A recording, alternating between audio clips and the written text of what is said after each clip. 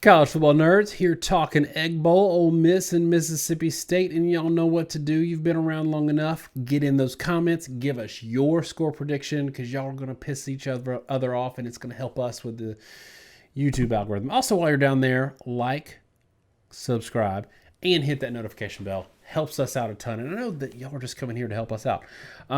Josh, there's a lot to talk about here, which is surprising because like everybody thinks they have a beat on both of these teams, but I think we're going to introduce some things that maybe the non-Ole Miss or Mississippi State fans that are listening to this may not know about these teams. But Josh, first things first, Lane Kiffin's an offensive genius. Ole Miss is known to put up points. They scored like 106 against Alabama last year.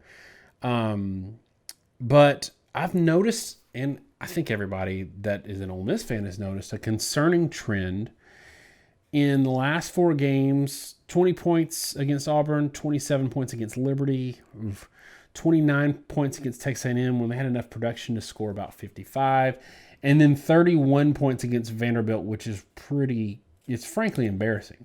And I say this, and we're going to go positive in Ole Miss in a second. And we've had Ole Miss in our top 10 all year. Like we love Ole Miss. But Josh, one, is this something that maybe people don't realize, that Ole Miss is kind of struggling on offense this year? And two, what do you make of it? It's weird. I mean, you say struggling on offense. If you look at their yardage stats, it's crazy, right? 400 to 600 yards a game, every game. But from a scoring perspective, like you said, they haven't scored more than 31 points since the Arkansas game in, what was that, October 9th?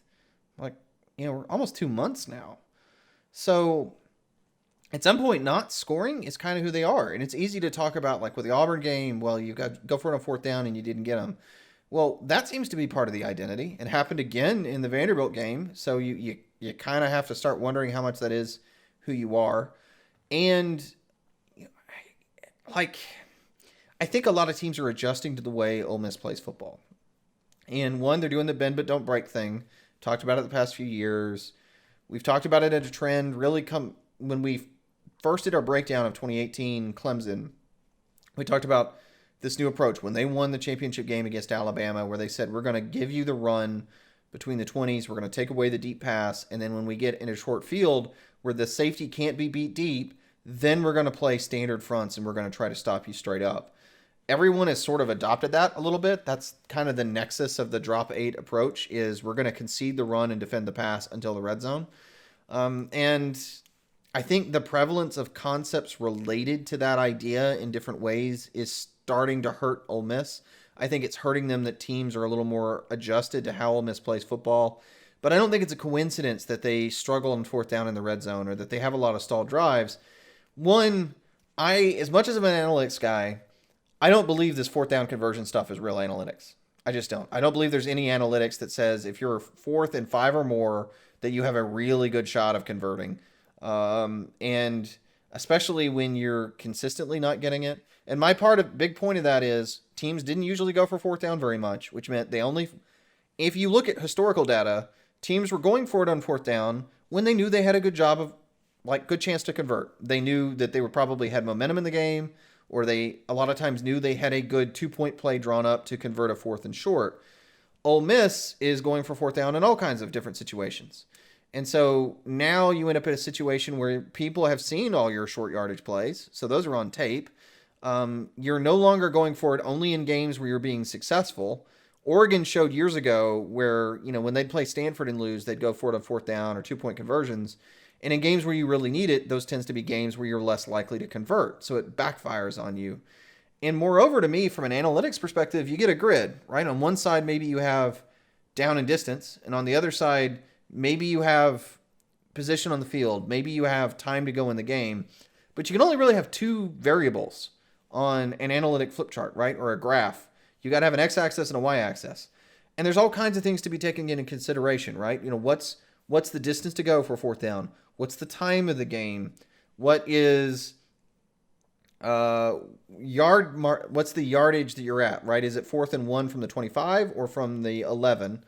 And then there's all kinds of other things in terms of how well are you moving the ball in this game? How good is the opposing defense? How many guys do you have out injured? And I think all this stuff that I'm ranting about is kind of coming home into taking points off the board where there's a lot of yardage production, but they just aren't scoring. And I think at this point you kind of got to wonder, is that it just has to be part of the identity of the offense. It's frustrating. Maybe some of it's like injuries to the offensive line, some of it's having Mingo out. But man, I mean, it definitely seems like a serious part of what Ole Miss is as a team. And I noted on our live show a couple of weeks ago, I said, the one game where Lane Kiffin's defense is showing out, Lane Kiffin is going for it on fourth downs, showing that he doesn't trust the defense. It's really weird. And it's not just about analytics tables, Josh, because there was one point in the fourth quarter in that game against A&M where he had a chance to kick a very makeable field goal because he got a good kicker and go up by 8. Instead, he went for it on fourth down and didn't get it. The dream scenario in analytics is to get up by 8 because now basically they got to run. The opponent has to get the 2-point conversion, which is actually pretty hard. So that's a dream scenario.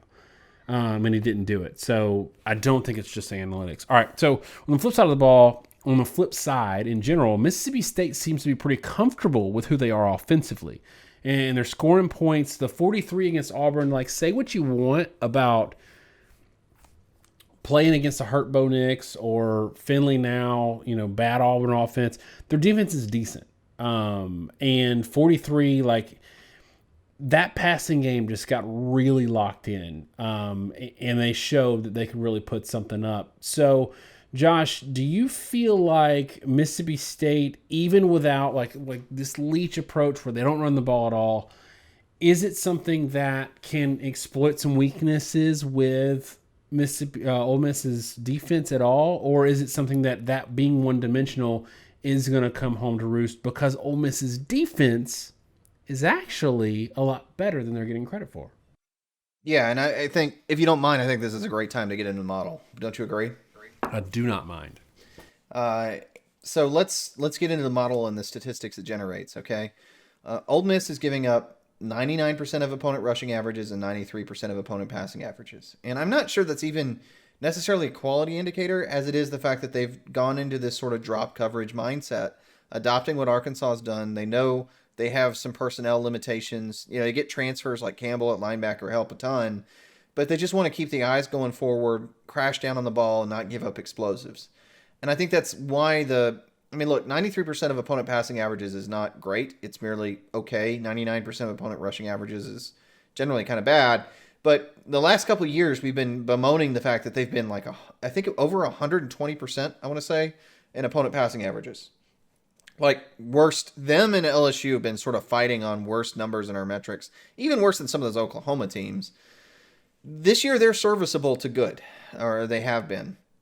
And Mississippi State, what's interesting to me is they're 85% of opponent rushing averages and 99% of opponent passing averages. And what I think that reflects personally is you've got a team that has a really underrated front. But they have a physical set of linebackers that struggle a little bit sometimes in coverage. And you got a back end that has some players in it that I think really aren't on par with a lot of the receivers in this conference. And so Ole Miss, from their perspective, I think Ole Miss is going to maybe present some challenges to Mississippi State passing the ball. Mississippi State now has been 75% passing pretty much every game except the North Carolina State and Alabama games. The 49-9 Alabama loss looks kind of weird, but I'm not sure if that's not just the single game this year Alabama put together. But outside that, even against an Auburn team that is a genuinely good defense, 415 yards passing, 78.6 yards percentage throwing the ball. And I know it was only 7.4 yards per attempt, but if your percentage is that high, that means almost everything is going for positive yardage. It really is 7 yards a play. That's how you get 6 touchdowns passing. So I think Mississippi State has some good things going. I think they're going to play a pass defense that's a little better than people appreciate. And that's why the model here has them at, 6.4 yards per attempt, but 6.4 yards per attempt to about 24 points. It just not enough to move the ball a ton, more like, maybe the Arkansas game. And I think Arkansas and Ole Miss are a lot more similar defensively than people want to give them credit for. I think the interesting thing is on the other side of the ball. Ole Miss is only predicted to get 30. And I think it's because they are actually pretty dependent on the run, and they're expected to get just barely 4 yards per carry, maybe 8.85 yards per attempt, and it's close. This says 30-24. I think it's lower scoring than some people would anticipate, given how Ole Miss's defense is generally considered and how highly Ole Miss's offense is considered. But again, and we had the same conversation with Oklahoma, Oklahoma State, and then even Ohio State, Michigan. I think these numbers kind of make sense. So I'm going to give my score on this. I think that the feel is that Ole Miss is going to run away with it, right? Like, or they're a higher ranked team. My concern is, and we talk about this a lot, there's a couple things here. One, Mississippi State's struggle is in the passing game. That requires two things. One, the ability to communicate with everyone, and two, consistency with offensive line. Those two things are going to be a struggle on the road at Mississippi State. It's loud, cowbells, all that.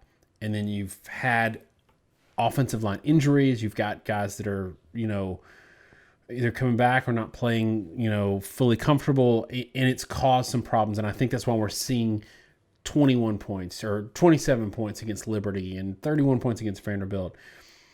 And the one thing that Mississippi State does well defensively, because I don't think they're a good pass defense at all, the one thing they do well defensively is the run game. And Ole Miss's offense kills you when they can run the ball. And I don't think they're going to be able to do it here. And look, like Auburn scored 34 on Mississippi State a couple of weeks ago. That was at home. That was a friendly crowd. And Bo Nix kind of caught lightning in a bottle a little bit until he got hurt.